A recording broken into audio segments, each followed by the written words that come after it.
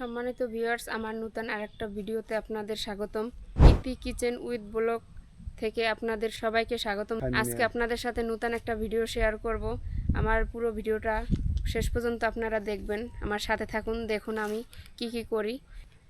আজকে 20 কচুর ডেগা চিংড়ি মাছ দিয়ে ভর্তা করব। তার জন্য আমি কচুর ডেগা নিতে চলে আসছি। আসুন আমরা কচুর ডেগাগুলো কেটে নেই।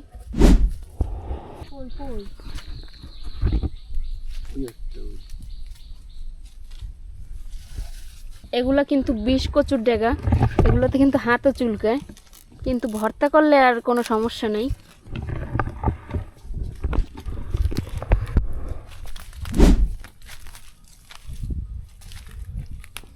এই যে ফুলের ডাঁটটা দেখছেন, এগুলো অনেকগুলো সংগ্রহ করব, তারপর একসাথে ভর্তা বানাবো বেটে। মূলত এগুলো রাখবো না, শুধু এই ডাঁটটা রাখবো। চলেন আরও কিছু টোকাইয়ে নেই।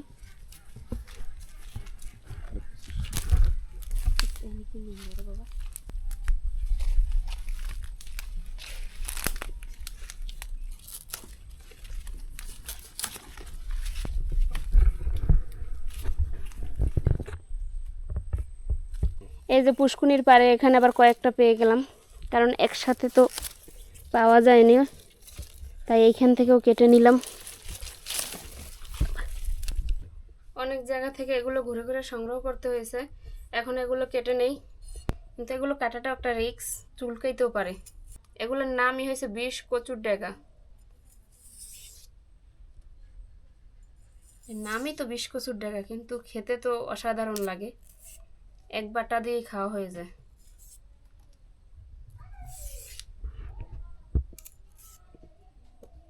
কাটা মোটামুটি হয়ে গেল, এই কটা রেখে দেবো, আর কাটবো না এখন, কারণ এখানে অনেকগুলো হয়ে গেছে, এই জন্য আর সব কাটলাম না, এগুলো রেখে দেই।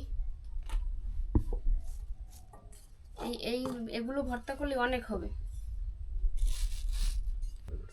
এখন এগুলো ধুয়ে নিয়ে এসে তারপর চিংড়ি মাছ কাটবো, একসাথে বাটা করব এগুলো দিয়ে। এগুলো খালি বাটা করলেও ভালো লাগে, কিন্তু আজকে আমি চিংড়ি মাছ দিয়ে আপনাদের সাথে শেয়ার করব বাটা।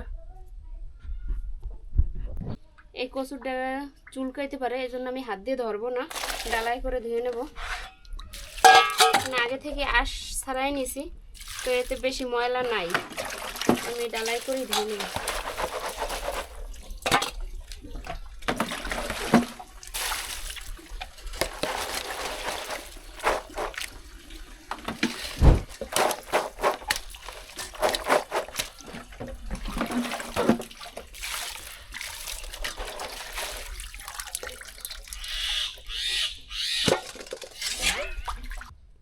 গাছ থেকে কচুর ডেগা নিয়ে এসে কচু কাটাকুটি শেষ করলাম, এখন চিংড়ি মাছ কাটতে বসলাম।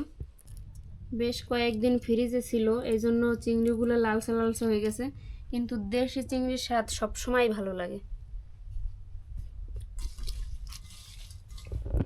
চিংড়িগুলোর সাইজগুলো মোটামুটি ভালোই, এগুলো কিন্তু একদম গুড়ি চিংড়ি না। চিংড়ি মাছ কোটাও শেষ করলাম, এখন আমি অন্য কাজ করে নেব।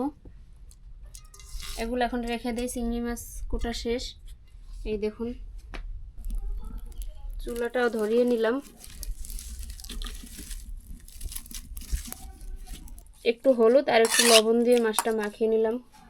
এখন মাছটাও ভালোভাবে ভেজে নেব, আগে চিংড়ি মাছটা আগে ভালোভাবে ভেজে নেব।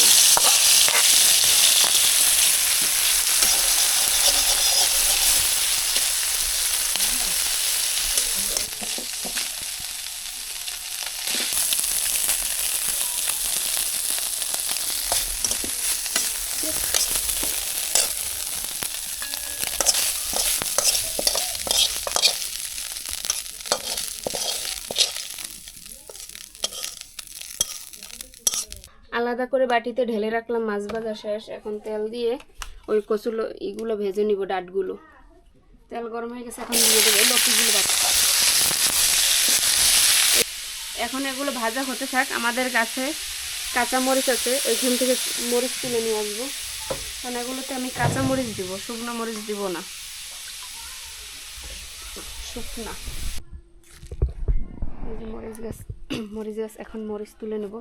এই গাছগুলোতে প্রচুর মরিচ ছিল, প্রায় আমরা 2-2.5 মাস থেকে মরিচ কেনাই লাগে না, এত পরিমাণে মরিচ হয়েছিল গাছগুলোতে। এখনও প্রচুর মরিচ আছে, জানি না ভিডিওতে কতটা আসে, কিন্তু গাছে এখন অনেক মরিচ।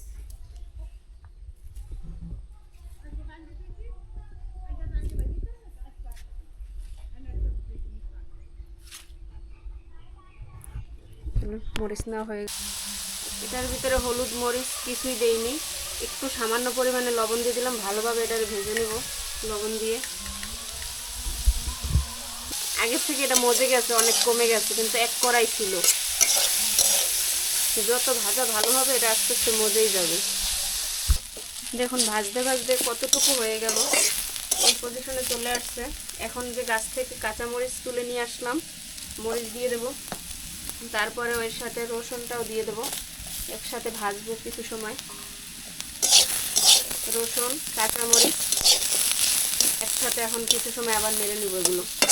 আর একটু ভালোভাবে, যত ভালোভাবে ভাজা হবে ততই এটা স্বাদ টেস্ট ভালো হবে। কারণ যেহেতু এটা কচু জাতীয় জিনিস, গলা ধরার সম্ভাবনা থাকতে পারে, সেই জন্য আমি ভালোভাবে ভেজে নিতেছি।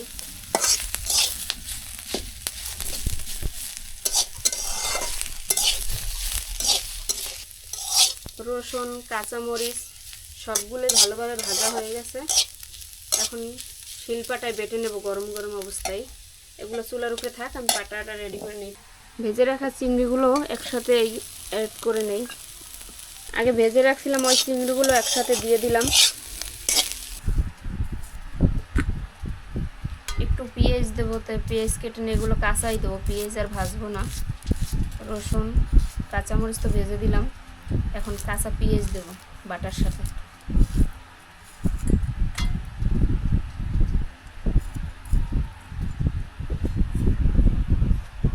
একসাথে করে নিলাম, এখন একসাথে বেটে নেব, সব পাটায় ঢেলে নিলাম।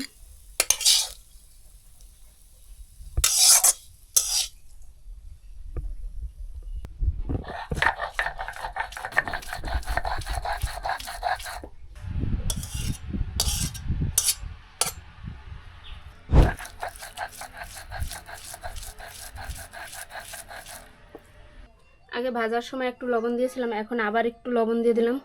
আর পেস্টেরও এখন বেটে নেব, কাঁচা পেস্টটাও এখন এটার সাথে বেটে নেব কচুর সাথে একসাথে। আর কচু বাটা হয়ে গেছে, আর এক বাটা দিব, কারণ আগে পেস্টটা বেটে তারপর কাঁচা পেস্টটা বেটে এখন এই ভর্তার সাথে একসাথে মিক্সড করে নিলাম। এখন আরেকটা বাটা দিব, কারণ কচুর জিনিস যতই বাটা মিহি হবে ততই ভালো লাগবে। আর এইটাই যেহেতু আমি কাঁচা পেঁয়াজ দিছি, এই ভর্তাটা লং টাইম রাখা যাবে না, কারণ কাঁচা পেঁয়াজের জিনিস বেশি সময় রাখা যায় না, নষ্ট হয়ে যায়। আর ভর্তা তো গরম ভাতে খেতেই ভালো লাগে, তাই বেশি সময় রাখারও দরকার নেই। এটা নিয়ে এই 2 বাটা দেখুন কতটা মিহি হয়ে গেছে। এর ভর্তাটা বাটতেও কোনো ঝামেলা নাই, অল্পতেই বাটা হয়ে যায়।